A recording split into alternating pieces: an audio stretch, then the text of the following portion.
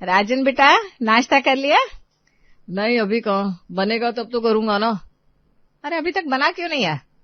मुझे क्या पता, ये आपको पता होना चाहिए। बहू, अरे आ बहू। गौरी दनाती हुई किचन की तरफ पहुंची, पर किचन तो बंद पड़ा था। अरे किचन बंद है, मतलब बहू सो रही है? बहू, उठो बहू। जी जी जी, उठ गई।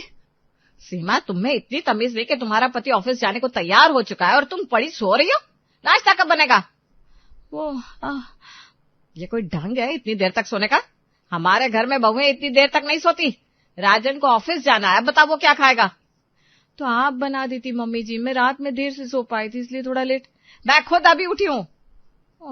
तो आप तो कह रही थी कि मैं बहुओं की बात कर रही थी और मैं सास हूं, ज्यादा बातें ना बना। तभी राजन पैर पटकता हुआ आया और बोला,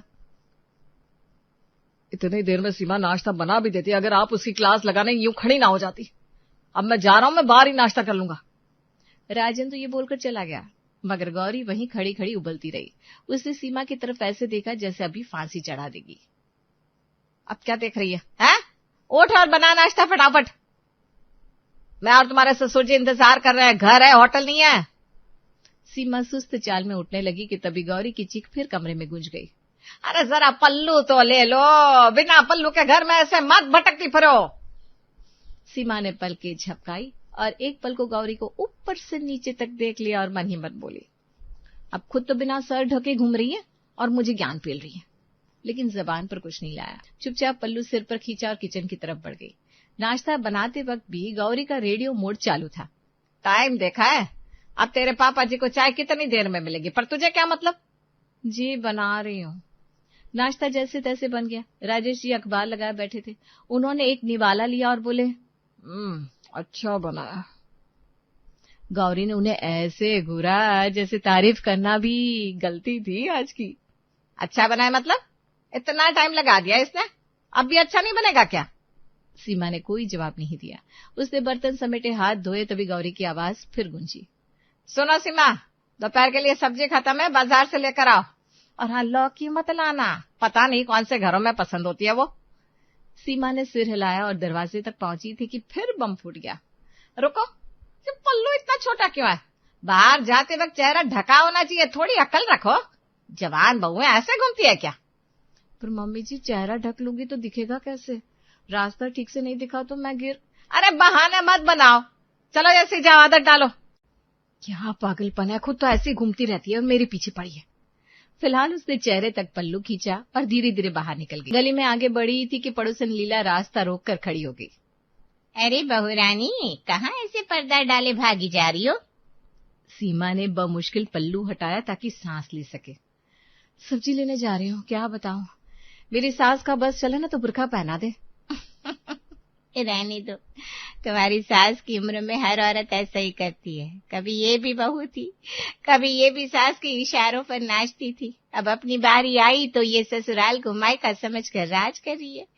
यही रिवाज है बहू, तुम भी आगे जाकर ऐसा ही करोगी। नहीं, मैं ऐसा कभी नहीं करूंगी। अच्छा ठीक है, अब जाओ सब्जी ले लो, वरना तुम्हारी रानी माँ फिर से क्लास ले लेगी। सीमा हल्की मुस्कान के साथ आगे बढ़ गई। सब्जी लेकर घर लौटी तो दरवाजा खुलते ही गौरी की खतरनाक आवाज आई। वाह, इतनी देर सब्जी लेने गई थी या विदेश घूमने? घर के काम में ऐसे ढील चलती है क्या? सब्जी वाले के पास भीड़ थी इसलिए। बहाने बहाने, बस बहाने। चलो रखो ये सब रसोई में और खाने की तैयारी शुरू करो। थोड़ी देर आराम कर लूं? मैराथन दौड़कर आ रही हो जो आराम करना है? खुद तो सुबह से बैठी आराम से मुझे रॉबोट समझती है। सीमा ने सिर झुकाया और काम में लग गई, पर तभी उसका फोन बजा। उसकी दोस्त रिया का फोन था। सीमा ने हल्की मुस्कान के साथ कॉल उठाई। हाय रिया, बोल, सब ठीक? मैं बढ़िया, तू बता। रिया ने लंबी बातचीत शुरू कर दी। सीमा काम करते करते फोन पर बात कर रही थी, पर सीमा की हंसी, उसकी ढाढ़स सब गौरी देख रही थी। वो लगभग आधा घंटा बात करती रही। गौरी दूर से घूरती रही जैसे टाइमर चल रहा हो। आखिरकार वो फट पड़ी। सीमा, बस भी करो, कितना बोलती हो, काम पड़ा है, फोन रखो, काम करो। काम तो कर रही हूँ। अरे बोल रही हूँ ना, फोन रखो। सीमा ने तुरंत फोन काट दिया, मगर उसके बाद गौरी ने अपना फोन उठाया और अपनी बहन से बात करने लगी। दीदी, अरे पूछो मत, आज सुबह से मेरी जान फिर से निकाल दी इस बहू ने। हाँ भाई, क्या करे, अरे लड़के तो अंधे हो जाते हैं शादी में। और ये सिलसिला पूरा 2 घंटे चला। सीमा बस खामोश होकर बर्तन रगड़ती रही। मेरी कॉल से आधे घंटे में पहाड़ टूट गया और खुद 2 घंटे से बात कर रही है। अगले दिन सुबह घर में हल्की हलचल मची थी। तभी सीमा की भाभी गंगा आ गई। कैसी है मेरी ननद? मैंने सोचा मिलाऊं। अरे भाभी आइए आइए। सीमा खेल उठी। दोपहर तक दोनों ने बातें की, फिर खाना खाया। गंगा जाने लगी तो गौरी बोली, बहुत टाइम निकाल कर आ गई तुम तो, हैं? घर का काम तुम्हारी सास कर रही है क्या? अरे आंटी आप भी ना बड़ी मजाकिया हो। फिर आना भाभी। हाँ कभी भी बुला लेना, चलती हूँ। जैसी गंगा गई गौरी गुस्से में सीमा से बोली, सीमा एक बात कहूं, अपने मायके वालों को बोल देना कि इतनी देर के लिए ना आया करे। बहू के घर में इतनी देर तक बैठना अच्छा नहीं लगता, दुनियादारी भी कुछ होती है। लेकिन मम्मी जी वो लोग मेरे अपने, ऐसे कैसे कहूं? मैंने साफ कहा है, लड़की के घर में उसके मायके वालों का इतना टिकना अच्छा नहीं लगता। बात खत्म। रात का खाना निपट चुका था। रसोई में बर्तन खनक रहे थे। बाहर हॉल में गौरी और राजेश आमने सामने बैठे थे। गौरी का चेहरा आज कुछ ज्यादा ही चढ़ा हुआ था। सुनिए राजेश जी, आज बहू की भाभी आई थी, 2 घंटे बैठी रही, खाना खा कर गई। जब मैंने बहू से कहा कि अपने मायके वालों को समझा दिया करो कि इतनी देर मत बैठा करे, तो जवाब देती है, मैं ऐसा नहीं कह सकती। ये कोई तरीका है क्या? तो अब क्या करोगी? अरे अब बहू को सबक सिखाना पड़ेगा, और क्या। अगर अपने मायके वालों को नहीं रोक सकती तो मैं भी किसी को बुलाकर दिखाती हूँ कि मेजबानी कैसी लगती है। राजेश को इन बातों में कोई इंटरेस्ट नहीं आता था। उसने हल्का सा कंधा उचकाया और बोला, जो मन करे करो, मुझे क्या। गौरी ने उसी रात अपने दूर के रिश्ते की बहन माला को फोन लगा दिया। हेलो माला दीदी, कब आ रही हो हमारे घर? अरे तुम बताओ, कल आ जाऊं? अरे हाँ क्यों नहीं, 2 दिन रुकना, बहू भी है, पूरी खातिरदारी करवाऊंगी। अगले ही दिन माला बड़े ठाठ से आई। 2 सूटकेस, 1 थैला, 1 डिब्बा अचार और कदम ऐसे जैसे किसी राजा की मौसी आ गई हो। अरे बहन कैसी हो? कितना मिस किया मैंने तुम्हें। अरे दीदी बैठो बैठो। बहू कहाँ गई? बहुओं को दौड़ाते रहना चाहिए। सीमा, सीमा। सीमा भागती हुई आई। दीदी को पानी दो, नाश्ता दो और पैर दबा दो और कमरा भी साफ कर दो। मैं और दीदी बातें करेंगे। क्या क्या क्या बहरी हो गई हो क्या? चल काम पर लग। जब तेरी भाभी आई थी तब तो बड़ा दौड़ दौड़ कर खाना बना रही थी। जी मैं पानी लाती हूँ। 2 पूरे दिन माला जैसे होटल की गेस्ट बनी रही। सीमा एक दूसरे से दूसरे कमरे में, चाय से नाश्ते में, बर्तनों से झाड़ू तक हर जगह दौड़ती रही। गौरी हर बार उसे ऐसे घूरती जैसे सीमा बहू नहीं कोई नौकरी पर रखा गया स्टाफ हो। सीमा, ये माला दीदी को पसंद नहीं आया। जरा अच्छा सा नाश्ता बनाओ और चाय बनाओ। और हाँ, बातें कम किया करो, मेहमानों के सामने बहुएं ज्यादा नहीं बोलती। माला भी अपनी अकड़ में बोल पड़ती है। हाँ, बहुएं तो सेवा भावी अच्छी लगती है, भाग भाग कर काम करे तभी तो घर संभलता है। सीमा ने बस सिर झुका लिया। अंदर से उबल रही थी पर आवाज नहीं। 2 दिन बाद माला चली गई, लेकिन घर में तनाव की मोटी परत छोड़कर। शाम को राजन ऑफिस से लौटा तो सीमा ने हिम्मत करके कहा, राजन, मम्मी जी ने जानबूझकर माला जी को 2 दिन रखा मुझे परेशान करने के लिए। बताइए ये कोई बात है? राजन कुछ कह पाता उससे पहले ही पीछे से गौरी की गुस्सेल आवाज आई। ओहो, तब मेरी शिकायतें होने लगी। सुन सीमा, ये मेरा घर है, मैं जिससे चाहूं बुलाऊं, जितना चाहूं रोकूं। तुम बहू हो, बहू बनकर रहो। ये तुम्हारा मायका नहीं है, तुम्हारा ससुराल है। ये सुनकर सीमा चुप, राजन भी चुप।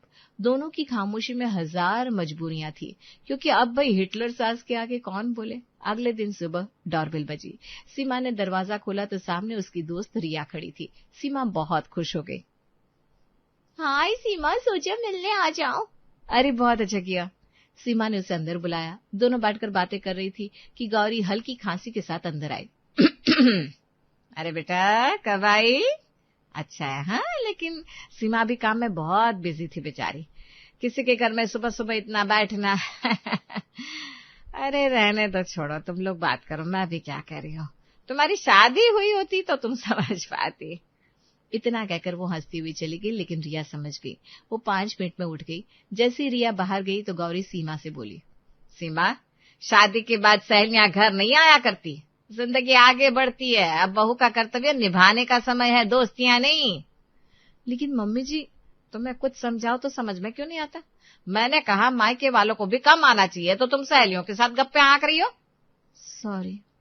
सीमा लाचार हो चुकी थी। कुछ ही दिनों बाद गौरी ने अचानक घोषणा की, इस रविवार मैं किटी पार्टी रख रही हूँ, मोहल्ले की सब औरतें आएंगी, बहू तैयार रहना।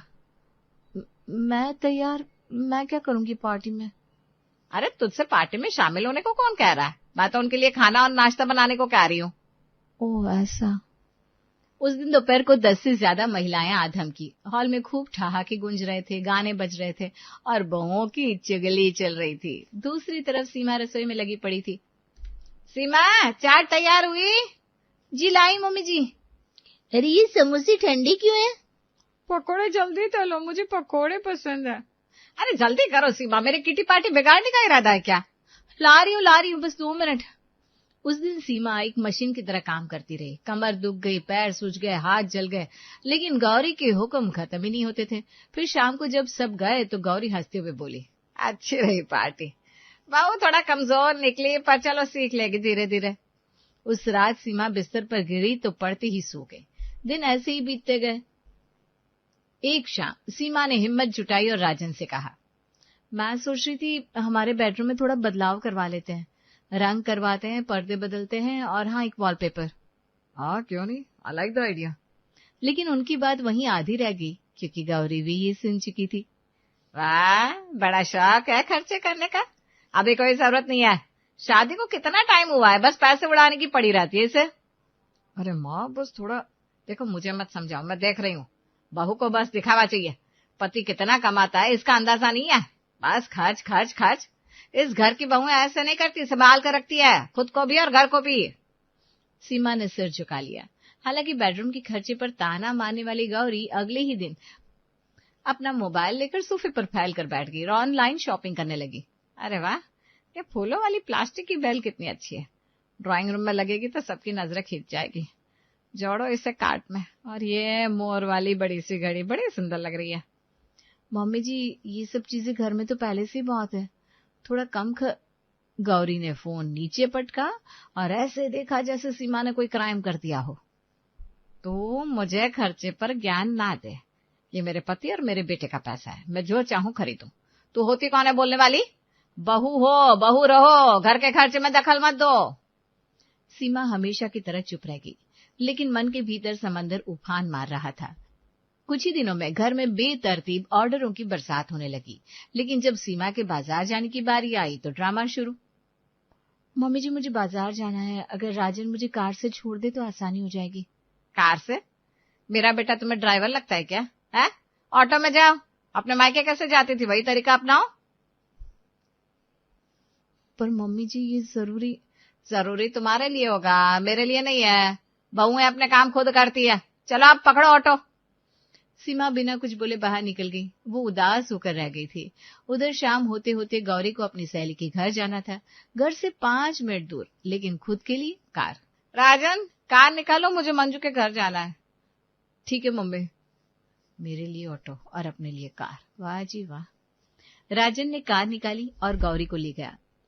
राजेश कई दिनों से ये सब चुपचाप देख रहे थे। शाम को जब गौरी वापस आई तो राजेश ने कहा, गौरी मेरा एक कहना मानो, बहू के साथ थोड़ा ठीक से रहो, इतना फर्क मत रखो, वो भी इंसान है।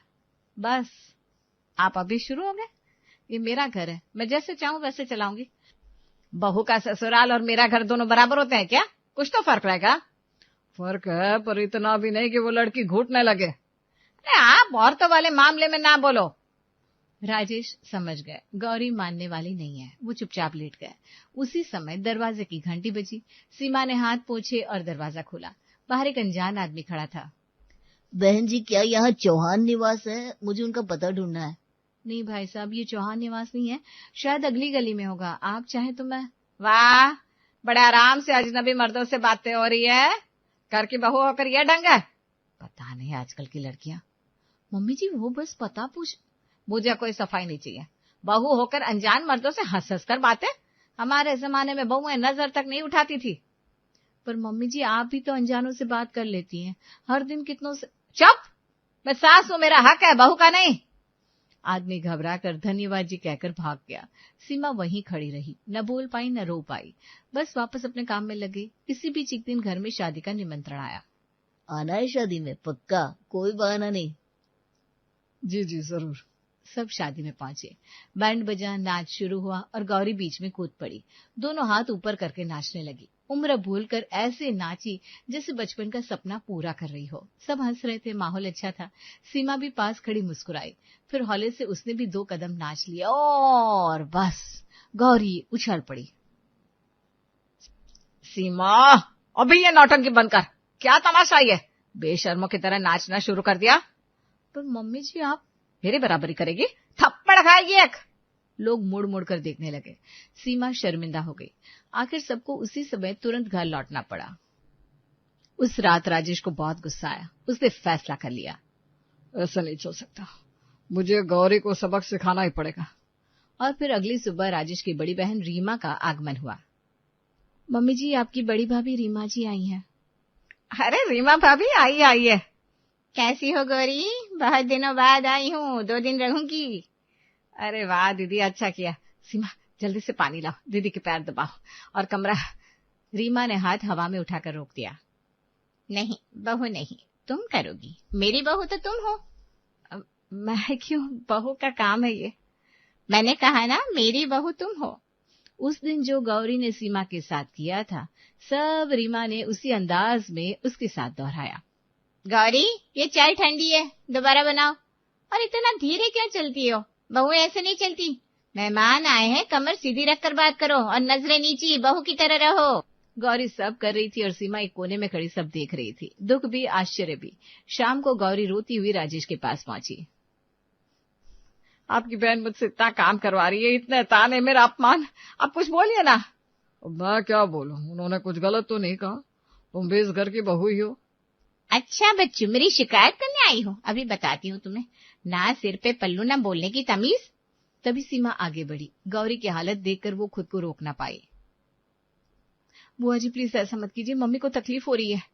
देखा गौरी, इतने ताने और जुल्मों के बाद भी तेरी बहू ही तेरे लिए खड़ी है और तू अब भी खुद को रानी समझती है। एक बात समझ, तू बहू बनकर इस घर में आई थी, अभी भी वही है। सास होना हक नहीं, जिम्मेदारी है। बराबरी रखो। दूसरों को दुख दोगी तो दुख घूम कर वापस आता ही है। गौरी की आंखें भर आई। वो सीमा की तरफ मुड़ी, पहली बार नरमी से बोली, सीमा, मैंने बहुत गलत किया, बहुत, तुम्हें दुख दिया, मुझे माफ कर दो। सीमा ने तुरंत उसका हाथ पकड़ लिया। मम्मी जी, मैं सिर्फ ये चाहती हूँ कि घर में प्यार रहे, बाकी सब ठीक हो सकता है। मैं भी तो यही चाहता था, क्योंकि जिस घर में ससुराल और मायके का भेद मिट जाता है, वही असली परिवार बनता है। रिश्ते हक से नहीं, समझ और सम्मान से चलते हैं। किसी का दिल तोड़ने से पहले ये समझ लो, दर्द लौट कर आता जरूर है। आज फिर 5,000 रुपए? 2 दिन नहीं हुए, अभी ये साधना मुझसे 2,000 रुपए लेकर गई। ऐसा ही रोज रोज चलता रहा तो एक दिन ये औरत हमारा घर और हमारा बैंक पूरी तरह खाली कर देगी। जितना काम करती है उससे कई गुना ज्यादा ये हमसे पैसे हड़पती है। ये काम वाली मतलब हमारे गले की हड्डी हो गई है, ना ही निकली जाती है और ना ही उगली जाती है। नई काम वाली नहीं मिल रही, इसलिए हम इसे छोड़ते नहीं, और हम इसे छोड़ेंगे नहीं इस बात का फायदा उठाती है और हमसे हर दूसरे दिन पैसे लेकर जाती है। माना कि इसके पगार से हम पैसे काटते हैं, लेकिन काट काट कर पैसे काटेंगे कितना? इसके पगार से दुगना ज्यादा तो इसकी उधारी हो जाती है। मैं क्या कहता हूँ माँ, हम इस काम वाली को काम से निकाल ही देते हैं। वैसे भी कहाँ ठीक से काम करती है, सारा दिन बस फोन पर ही बातें करती रहती है। ये देखो मेरा शर्ट कितने धब्बे हैं? भला कोई कहेगा कि ये शर्ट धुला हुआ है? हाँ, आपके लाडले सुपुत्र आपको बहुत ही अच्छी सलाह दे रहे हैं। ये पैसे हड़पने वाली काम वाली को हम निकाल देते हैं, क्योंकि कल से घर का सारा काम ये जो करने वाले हैं, आए बड़े काम वाली को निकालने वाले। आपको कहने में क्या जाता है, काम वाली को निकाल देंगे। अगर वो चली जाएगी तो फिर घर के काम कौन करेगा? हमारे घर में सबको हाथ में चाय लगती है। मैं नहीं कर सकती बाबा सबकी इतने आगे पीछे। अगर निकालना है तो निकाल दो इसे, लेकिन इसे निकालने से पहले दूसरी काम वाली का इंतजाम कर दो। और जब तक दूसरी काम वाली का इंतजाम नहीं होता, तब तक ये जितना मांगेगी उतना पैसा उसे देते रहो। हाँ हाँ, काम वाली ऐसे काम मांगती फिर रही है। आज सुबह देखा नहीं कितनी काम वाली आकर हमारे दरवाजे खटखटा कर गई। बस बस माँ जी, ताने मारने की जरूरत नहीं है। मुझे पता है काम वाली बाई काम मांगते दर दर भटक रही हैं। हमारे शहर में काम वाली ढूंढना मतलब भूसे के ढेर में सुई ढूंढने जैसा है। लेकिन आपको तो पता है ना, मुझसे घर का एक काम ढंग से नहीं होता, और अगर हम इसे अभी निकाल देंगे तो फिर हमारे घर के काम होने से रहे। इसे निकाल भी देंगे तो क्या भरोसा कि अगली वाली काम वाली हमें ठीक ठाक ही मिलेगी। इससे ज्यादा हड़पने वाली मिल गई तो फिर हम क्या करेंगे? 17,000 18,000 ये रेट चल रहा है काम वाली बाई का। 2-4 काम करके हम उसे 10,000 दे देंगे, लेकिन हर महीना 10,000 देना भी तो नहीं पड़ता है हमें। सच में आप लोग ना अजीब हो अजीब। आपको घर में काम वाली भी चाहिए, घर के सभी काम भी उसी से करवाने हैं और आपके हाथ से पैसे भी नहीं छूटते। ऐसे कैसे चलेगा भला? अगर काम चाहिए तो दाम भी देने पड़ेंगे। अरे हम तैयार है ना दाम देने के लिए, लेकिन साधना जैसे पहले काम करती थी ठीक ठाक अच्छा, वैसा अब थोड़ी ना करती है। ऊपर से उसके पगार से ज्यादा पैसे हमसे लेकर जाती है। ये बराबर थोड़ी ना है। तुम उसकी इतनी तरफदारी क्यों कर रही हो? मैं हमेशा देखती हूँ वो जब जब हमारे घर में काम करती है तुम उसके बिल्कुल आगे पीछे घूमती रहती हो। तुम्हारी सगी बहन है क्या वो, जो नई काम वाली के नाम से तुम्हें इतना पसीना आ रहा है? मुझे कोई जरूरत नहीं है उसके आगे पीछे करने की। मुझे तो डर लगता है कि अगर हम उसे कुछ कह देंगे तो वो काम छोड़कर चली जाएगी। आप नई काम वाली लाओ, नहीं तो खुद घर के काम कर लो। मुझे तो मतलब काम होने से है। दिल्ली के एक मोहल्ले में रहने वाले शाह परिवार काम वाली और उसके नखरों से बिल्कुल परेशान हो गए थे। उनकी बहू रानी घर का एक भी काम नहीं करती थी, इसलिए उन्हें काम वाली की सख्त जरूरत थी। लेकिन काम वाली बाई इसी बात का फायदा उठाती थी। हर दूसरे तीसरे दिन इनसे पैसे उधार लेकर जाती थी। शुरू शुरू में इन्होंने भी दिए उसे पैसे, सोचा कि जरूरत होगी। लेकिन जब काम वाली का पैसा मांगना ज्यादा ही बढ़ गया था और इस बात से घर वाले परेशान हो गए थे। नई काम वाली मिल नहीं रही थी और पुरानी काम वाली को काम से निकाले तो बहू नहीं मान रही थी। इसलिए जैसे आज सुबह सुबह काम वाली को लेकर शाह परिवार में बहस हुई, वैसे आजकल हर दूसरे दिन होती रहती है। 2 दिन बाद, साधना 2 दिनों से कहाँ थी तुम? तुम्हें पता है पिछले 2 दिनों में हमारे घर में मेहमान थे। न तुम हमें बताकर गई थी और न ही तुम्हारा फोन लग रहा था। जितने पैसे तुम हमें मांगती हो उतने पैसे हम तुम्हें देते हैं, लेकिन फिर भी आजकल तुम काम से काफी गुलाटियां मारने लगी हो। देखो अगर तुम्हारा ऐसा ही चलता रहा तो फिर हमें नई काम वाली देखनी होगी। ओ मैडम जी, मुझे धमकी नहीं देना नई काम वाली बाई की। मेरे पास 1760 काम है। अगर आपने ज्यादा मगजमारी की तो मुझे आपका काम छोड़ने में 2 मिनट नहीं लगेंगे। हाँ। अरे साधना, माँ जी का मतलब वो नहीं था। वो बस ये कह रही थी कि तुम्हें छुट्टियां चाहिए तो हमें बता कर जाना चाहिए था, ताकि काम करना है या तुम्हारी राह देखनी है ये बात तो हमें पता चले। दवा खाने का काम था, उधर गई थी। और हाँ, मेरे फोन में बैलेंस नहीं था इसलिए फोन करना भूल गई थी। साधना अचानक गायब हो जाती थी, काम पर नहीं आती थी, ऊपर से ज्यादा पैसे लेती थी और हर बार उसे कुछ भी पूछो तो नए नए और झूठे बहाने बनाती थी। इस बात से सभी घर वाले परेशान हो गए थे। साधना की गलती होने के बावजूद वो काम छोड़कर चली जाएगी, इस डर से कोई उसे कुछ भी नहीं कहता था। अगर किसी ने ऐसी कोशिश भी की तो रानी तुरंत साधना की साइड ले लेती थी। फिर क्या, साधना और ज्यादा सर पर चढ़ जाती थी। आज भी वही हुआ। थोड़ी देर बाद, रानी तुम्हें क्या जरूरत थी साधना की साइड लेने की? अरे वो काम छोड़कर जाएगी इस बात का डर हमें भी है, लेकिन ज्यादा पैसे देने के बावजूद भी वो ठीक ठाक काम नहीं करती। माँ जी आपकी बात सही है, मैं समझती हूँ, लेकिन जब तक हमें नई काम वाली नहीं मिल जाती हमें इसी से काम चलाना होगा। लेकिन फिर बात ये है कि नई काम वाली ढूंढेंगे भी तो कहाँ? एक तो इस शहर में काम वाली बाई मिलती नहीं है और मिलती भी है तो कितने पैसे लेती है। मेरे पास एक आइडिया है। यही पास में मेरा गांव है, मतलब मेरे मामा का गांव है। मैं बचपन में जाती थी वहाँ काफी सारी गरीब लड़कियां हैं, उन्हें काम की जरूरत भी होती है और वो सारे कामों में निपुण भी हैं।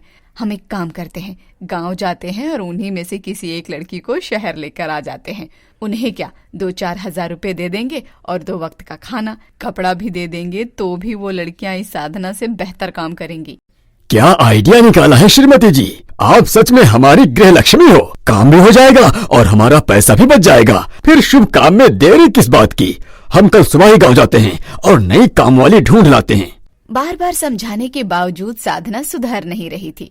उधर उसके पास 1760 काम है, उसे शाह परिवार में काम करने की कोई जरूरत नहीं है, ऐसा दिखावा कर रही थी। उसके बिगड़ते बर्ताव और घमंड की वजह से अब शाह परिवार अंत में नई काम वाली ढूंढने के निर्णय तक पहुंच गया था। माँ जी, पापा जी, आपको इतनी देर कैसे हो गई घर आने में? मैं भी कैसी बुद्धू से सवाल पूछ रही हूँ। देर होगी ही ना, हमारे घर के लिए नई और अच्छी काम वाली जो ढूंढनी थी। बाकी सब छोड़ो, हमारी नई काम वाली कहाँ है?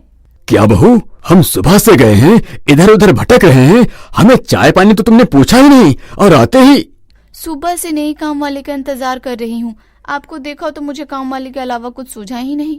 बहू, हमने पूरा गांव खोज लिया लेकिन हमें कोई काम वाली नहीं मिली। जैसे शहर हो या गांव, काम वाली बाई की कटौती चल रही है ऐसा लग रहा है। न जाने कब हमें नई काम वाली मिलेगी और कब इस साधना से हमें छुटकारा मिलेगा। बड़ी उम्मीद लेकर सविता और महेश नई काम वाली ढूंढने गांव गए थे, लेकिन गांव जाकर कुछ फायदा नहीं हुआ। उन्हें एक भी काम वाली नहीं मिली, खाली हाथ ही लौटना पड़ा। नई काम वाली मिलेगी और साथ ही साथ साधना से छुटकारा भी मिलेगा। इस बात से घर में जो खुशी छाई थी वो इस खबर से उदासी में बदल गई। फिर क्या, अगले कुछ दिनों तक घर में हर कोई एक दूसरे के ऊपर गुस्सा कर रहा था। ऐसे ही कुछ दिन बीत गए। हमेशा की तरह शाह परिवार में काम वाली को लेकर झगड़ा चल रहा था। गली से गुजरने वाली एक 15-16 साल की लड़की उनकी बातें सुनकर उनका दरवाजा खटखटाती है। नमस्ते आंटी जी, मेरा नाम कमली है, गांव से आई हूँ। 2 वक्त की रोटी, रहने के लिए कोना और 3000 रुपए मिल जाए तो आपकी बड़ी मेहरबानी हो जाएगी। और ये सब मैं आपसे मुफ्त में नहीं मांग रही हूँ, जो मन में आए वो काम मुझसे करवा लो। हर काम में माहिर हूँ मैं, घर के सभी काम आते हैं मुझे। कपड़ा, बर्तन, साफ सफाई, रोटी, पौधे को पानी देना, बच्चों को संभालना, सब कुछ आता है मुझे। दरवाजे पर खड़ी 15-16 साल की लड़की एक ही सांस में कितना कुछ बोल रही थी। उसकी आंखों में काम करने की उम्मीद और चेहरे पर जरूरत नजर आ रही थी। अरे अरे, जरा धीरे, एक ही सांस में कितना बोलोगी?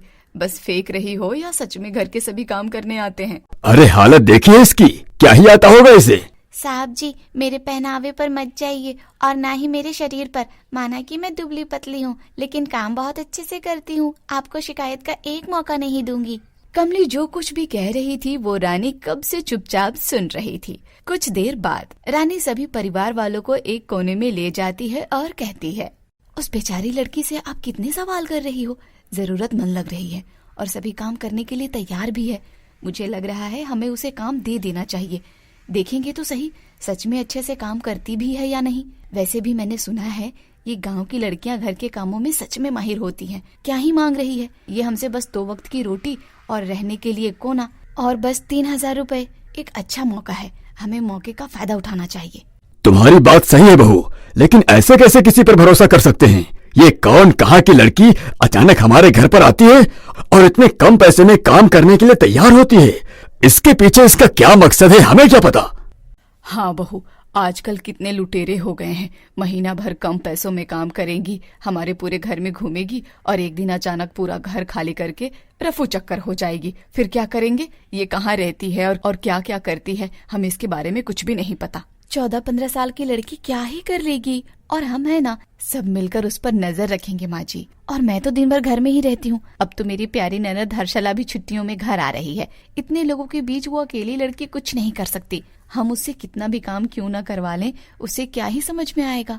अपनी बातों से रानी घर वालों को पूरी तरह कमली को काम पर रखने के लिए मना लेती है। पहले 1-2 दिन कमली को घर के काम समझाने में वक्त लगता है, लेकिन कुछ ही दिनों में कमली सारे घर के काम अच्छे से समझ जाती है और शाह परिवार में घुल मिल जाती है। कपड़े, बर्तन, पोछा, इतने सारे काम वो बस 3000 में कर रही थी। ऊपर से कोई कुछ भी काम बता दे, कोई चाय लाने के लिए बोल दे, कोई पानी लाने के लिए बोल दे, कोई कपड़े किसी भी तरीके से बोल दे। यहाँ तक कि अगर कभी सविता ने पैर दबाने के लिए भी बोल दिया तो कमली सभी कामों के लिए बस हाँ ही कहती थी। रानी, सविता और हर्षाली उससे बालों में मेहंदी भी लगवा लेती थी। जैसे साधना मेहमान आने पर कटकट करती थी, वैसी कमला बिल्कुल नहीं थी। कितने भी मेहमान क्यों ना आ जाए, खुशी खुशी सभी के लिए काम करती थी। पहले तो सबको कमली पर काफी शक होता था, लेकिन अपने प्यारे स्वभाव से और अच्छे काम से वक्त के साथ साथ सबका शक कम हो गया और सबका कमली के ऊपर भरोसा बैठ गया। लेकिन इतने कम उम्र की लड़की इतने सारे काम इतने कम पैसे में करती है, ये बात पड़ोस की गायत्री को खटकने लगी। एक दिन कमली घर के काम निपटाकर पौधों को पानी दे रही थी, तभी कमली, बराबर ना? कमली ही नाम है ना तुम्हारा? सविता जी के मुंह से बहुत तारीफ सुनी है तुम्हारी। इतनी सी उम्र में काफी काम कर लेती हो तुम, लेकिन मैंने सुना है तुम्हारे काम का तुम्हें बहुत कम दाम मिलता है। मार्केट में यही सब काम करने के 3 गुना ज्यादा पैसे मिलते हैं। अगर मेरे यहाँ आओगी तो मैं भी तुम्हें डबल पैसे दूंगी। ये लोग तुम्हारा फायदा उठा रहे हैं, लेकिन मैं हूँ ना तुम्हें समझाने के लिए। मैं कहती हूँ कि तुम आज ही इनका काम छोड़ दो। मेरे यहाँ सिर्फ 3 लोग हैं और डबल पैसे मिल रहे हैं। मेरे यहाँ आ जाओ।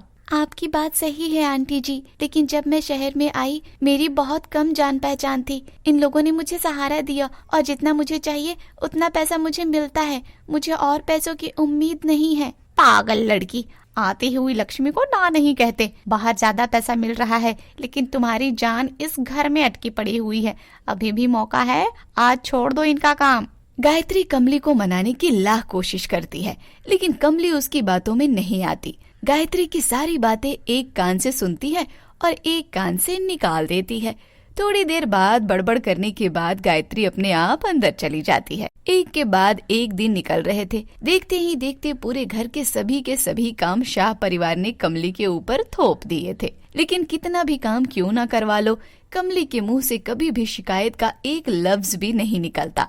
जब कमली को छुट्टी चाहिए होती थी तब वो छुट्टी लेकर बाहर जाती थी, लेकिन फिर घर आकर बचे हुए सारे काम ठीक से करती थी। इसलिए कमली के होते हुए कभी किसी को घर के कामों को हाथ लगाने की जरूरत ही नहीं पड़ी। ऐसे ही एक बार 10 दिन की छुट्टी लेकर कमली कहीं पर गई थी। तभी भाभी, मेरी फ्रेंड की शादी है, मुझे 4 दिनों के लिए वहाँ जाना है। मेरे सारे कपड़े धोकर इस्त्री करने में, शादी में पहनने वाले कपड़े भी ढूंढने हैं, लेकिन मेरे पार्लर का अपॉइंटमेंट है, मुझसे कुछ भी नहीं होगा।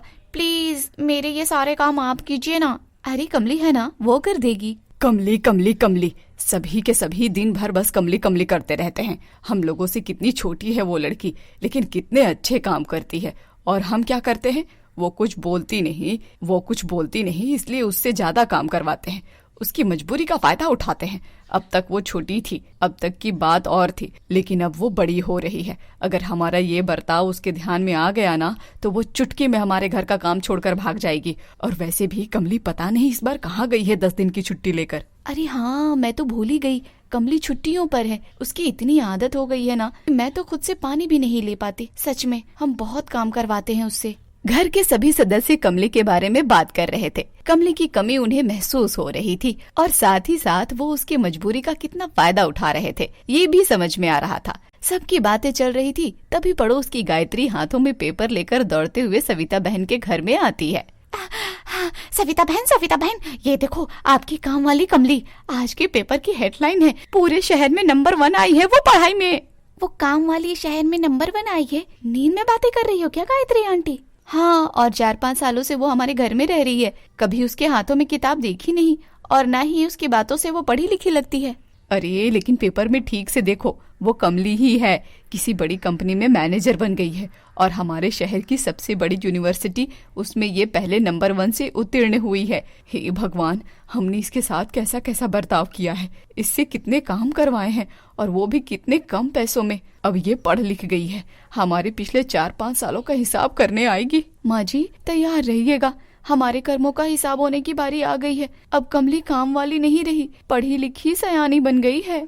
रानी और सविता पेपर में कमली का फोटो देखकर टेंशन में आ जाती हैं और उन्होंने आज तक कमली के साथ जो कुछ भी गलत किया वो सब सोचकर डरने लगती हैं। तभी अचानक बाहर ढोल की आवाज आती है और कल परसों तक जो कमली पुराने खराब कपड़ों में घूमती थी, वो कमली आज इस्त्री किया हुआ टिप टॉप कोट पहनकर घर में प्रवेश करती है। उसे सामने देखकर सविता और रानी दोनों उससे माफी मांगने की तैयारी में थी, लेकिन घर में घुसते ही तुरंत कमली सविता को गले लगा लेती है और अपने हाथों से साथ में लाई हुई मिठाई उन्हें खिलाती है। आंटी जी, आपके यहाँ काम करने वाली गांव की गरीब कमली अब पढ़ लिख कर इस शहर की सबसे बड़ी कंपनी की मैनेजर बन गई है और इसका पूरा श्रेय आपको और आपके परिवार को जाता है। अरे नहीं नहीं कमली, हमें शर्मिंदा मत करो। हमने तो तुमसे कितना काम करवाया और वो भी कितने कम पैसों में। हाँ कमली, हमें पता होता कि तुम्हें पढ़ाई के लिए पैसों की जरूरत है तो हम तुमसे इतना काम नहीं करवाते और तुम्हें ज्यादा पैसे देते। दीदी, आप खुद को मत कोसिए। शहर में नौकरी करने के लिए मुझे 4 सालों की डिग्री चाहिए थी और 4 साल शहर में रहने के लिए एक सुरक्षित जगह और 2 वक्त का खाना, वो आप लोगों ने किया है। और किताबों के लिए जो कुछ भी खर्च मुझे लगता था वो आपके दिए हुए 3000 में निकल जाता था। मैं आपकी बहुत ज्यादा एहसानमंद हूँ। अगर आप लोग उस वक्त मुझे नहीं मिलते तो शायद मैं अपना सपना कभी पूरा नहीं कर पाती। मैं आपका एहसान कभी नहीं भूलूंगी, जाने अनजाने में ही क्यों ना सही, लेकिन आप लोगों ने मेरी बहुत मदद की है। आज मैं जो कुछ भी हूँ उसकी वजह सिर्फ आप लोग ही हो। शाह परिवार ने कमली से कम पैसों में इतना काम करवाया। उन्हें लगा कि कमली को इन बातों की समझ आ जाने के बाद, इतना पढ़ लिख जाने के बाद वो उन्हें उनके बर्ताव की शिक्षा देगी, मोहल्ले के सामने उनकी बदनामी करेगी। लेकिन कमली का दिल बहुत बड़ा था। कम पैसों में इतना काम करवाने के बावजूद कमली ने उन्हें दोष नहीं दिया, बल्कि खुद के संघर्ष का और कामयाबी का सारा श्रेय शाह परिवार को दे दिया।